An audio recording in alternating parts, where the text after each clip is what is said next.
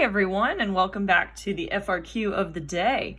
This is number 14 for BC and number 10 for AB, another one that was shared on both exams. And this was a no calculator question from, I believe, the 2016 exam. So let's dive right in. We've got this graph of f, okay? And it says the figure above shows the graph of this function f between -4 and 12. And it says the function g is defined by this integral. It's the integral of f from 2 up to wherever x is.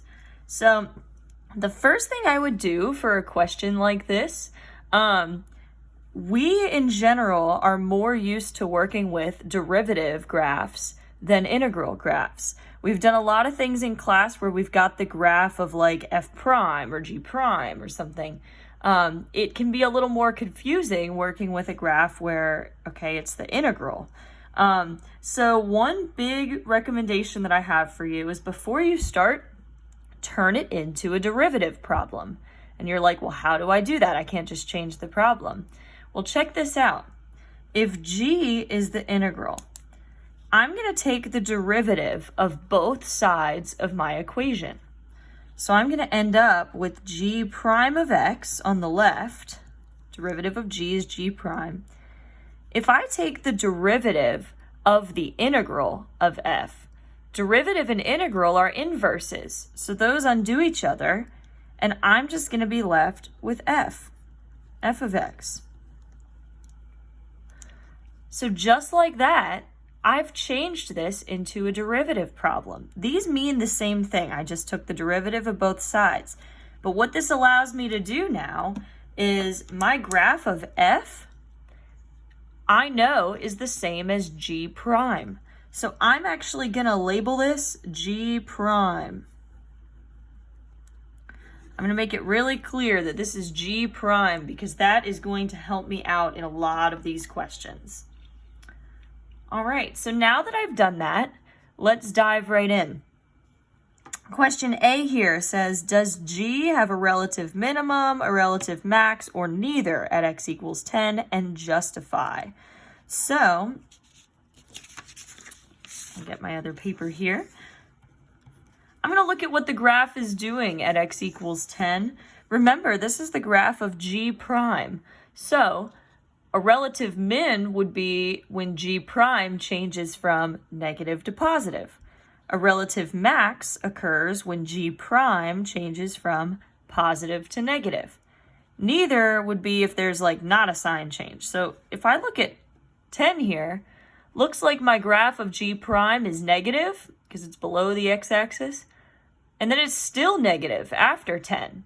So there is no sign change. So this means that on g, there was no max or min. Yes, it's a critical point because g prime does equal 0, but it's not a max or min, and you don't have to draw this, but what it would look like on g is, so we have a negative derivative, which means it's like decreasing, briefly hits 0, and then is decreasing again, something like that. But you don't have to draw that. What you could say is you could say neither, and it says justify, and I could say something as simple as g prime, which is equal to f, does not have a sign change at x equals 10. Or you could say g prime equals f, goes from negative to negative. Anything like that. I prefer, it's better writing to say does not have a sign change, or you could say it's g prime is negative before and after x equals 10, something like that. But that could be your justification. Now make sure that if you're going to use g prime, make sure you establish somewhere on your paper that that's equal to f. Whether you do it in your answer or what I did here where I wrote g prime equals f and then I labeled this g prime, that's fine too. but don't just do it in your head, because if you don't write anything like that and your reader sees G prime on your paper, they're going to be like, well, where did she get that from? There's no G prime here. So you have to make it super, super clear by labeling that. All right, this was kind of a 2-point question. Really what happened here is you got 1 point for somewhere on your paper establishing that G prime and F were the same. Doesn't matter where you did that, if you did it here, whatever. That gave you 1 point. And then for part A here, you got 1 point for your answer with reason. So not just saying neither, but you had to say neither and then why, because there was no sign change. All right, let's take a look at part B. Part B says, does the graph of G have a point of inflection at x equals 4? So again, this isn't a super hard question now that we have a derivative graph. We're very used to doing this. So a point of inflection on the derivative graph would be where the derivative changes direction. So like a max or min. So let's look at x equals 4. And look at that. My derivative, G prime, changes from increasing to decreasing. So that will be a point of inflection on G. So I'm just going to write that down. I'm going to say yes. And then I'll say G prime equals F. Changes direction from increasing to decreasing.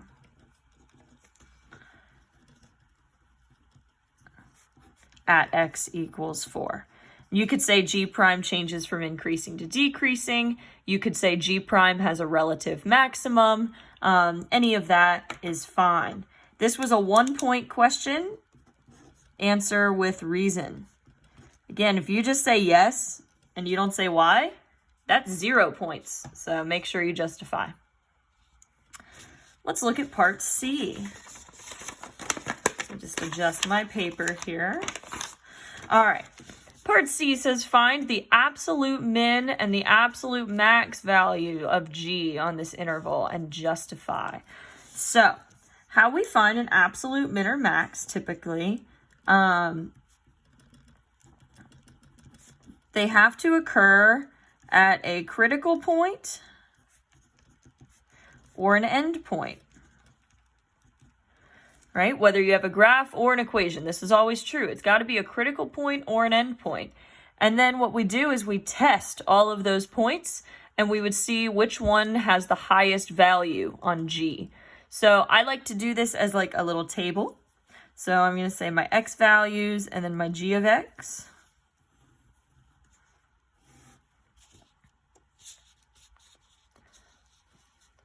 So my critical points would be where the derivative, G prime, equals 0. So there's actually a few places where my derivative equals 0, wherever it crosses the x-axis. This is G prime. So we got -2, 2, 6, 10. All right, and then I would test my endpoints as well. So -4 and 12. You're going to test all of those to see if those have the biggest or smallest values on G. So what we do is we plug them into G. We have an equation for G. It's the integral, I'll write this down here, it's the integral from 2 to x of my graph here.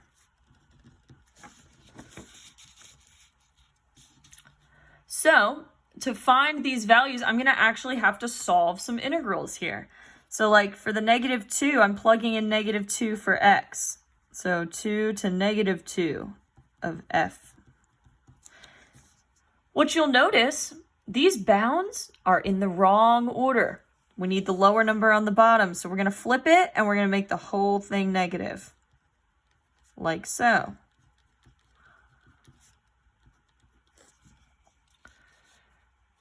So I know it's going to be negative, and then to find this integral, since we have a graph, the integral means the area. So I need to actually calculate the area between -2 and 2. So looking at my graph here, let me get a different color pen for the areas. From -2 to 2, it's a triangle, so I'm going to do 1/2 base times height. Looks like the base is 4. The height is 4, so 4 times 4 is 16. Half of that would be 8. So actually, I'm going to make just each of these triangles be 4. Here's the nice thing, actually. If I go ahead and fill out the rest of my areas, all of these triangles are the same size. So I actually don't have to do a lot of calculation. Like for instance, this one would be -4. It's the same size, but it's under the x-axis. Right, here we have a 4 and a 4. These are all the same size, -4, -4. Here's another -4. So that was easy, found all of the areas. So going back to my problem, I wanted the area from -2 to 2, which is 8, but it has to be negative. So this is going to be -8.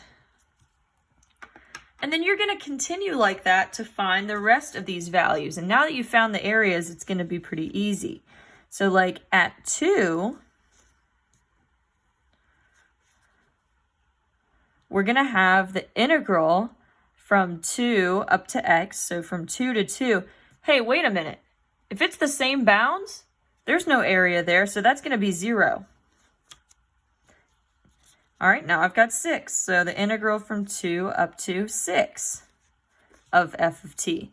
I can just look at, the bounds are in the right order, so I'm just going to look at the area. So from 2 to 6, 4 plus 4, that's 8. All right, now I've got from 2 to 10. So we've got 4 plus 4, that's 8. Minus 4, that's going to be 0. That all cancels out.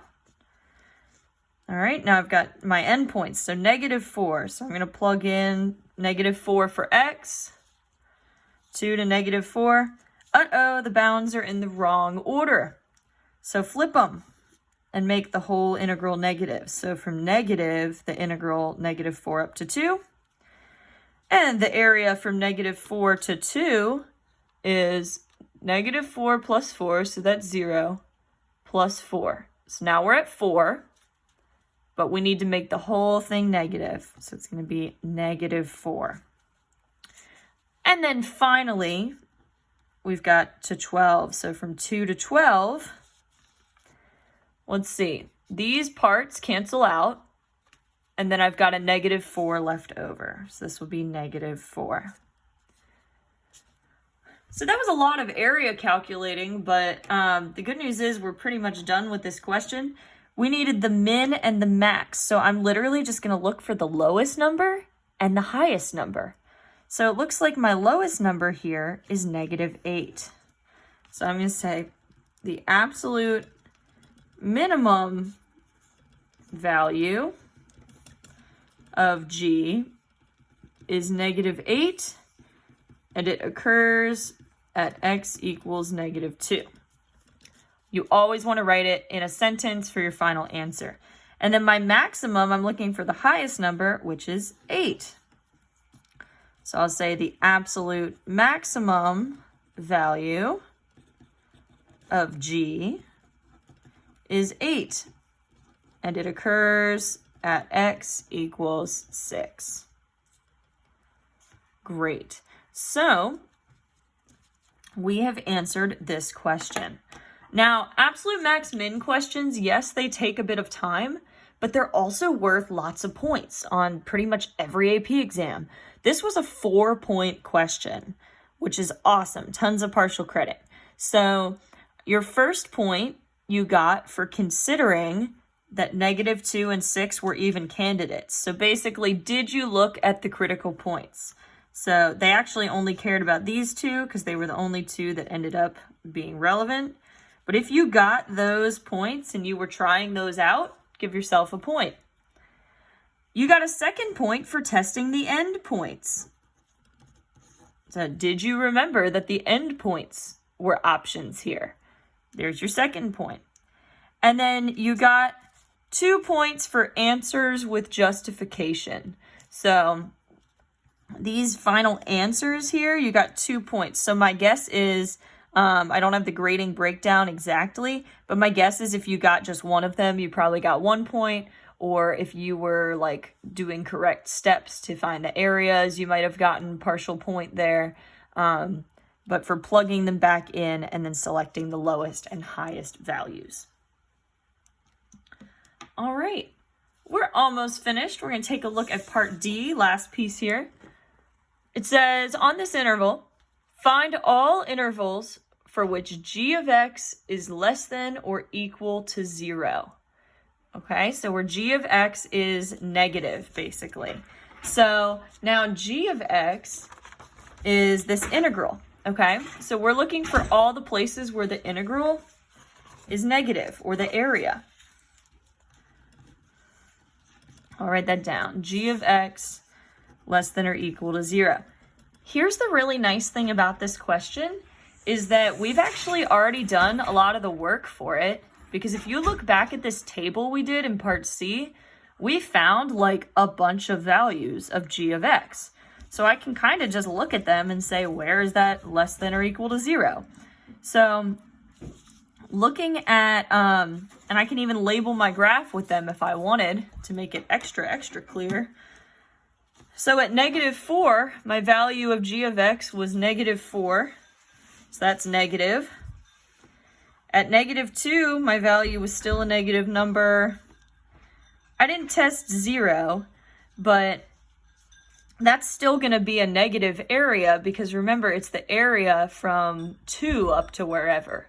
So from 2 up to there, you'd have to reverse the bounds, which would make that negative. At 2, I have in my chart already, the area was 0. At 4, is that in my chart? It's not, but remember it's the area from 2 up to wherever. So from 2 to 4, like that's positive. This is still positive area. This is adding some negative area, but remember we're already at 8. So if I'm subtracting 4, that's still a positive number. Subtracting 4, it's going to be 0 at 10, which is actually something else I had in my chart. And then finally in my chart, I had that at 12, g of x was negative. It was -4. So you didn't have to label it like this. That's just kind of how I was picturing it. But you need all the sections where this area is negative. And I've kind of already labeled that. So it's going to be, let's take a look, from -4 up to 2. And I've got another one. This is positive. Oh, then it switches. So remember, the 0 is always the switching point. So it's going to be from 10 up to 12. And you actually did not have to justify your answer here. The work you did in part C really is your justification. But this was a 2-point question for your intervals. So if you only got one interval, you probably only got 1 point. All right, as always, if you have any questions, please feel free to reach out. And thank you guys for watching. See you tomorrow.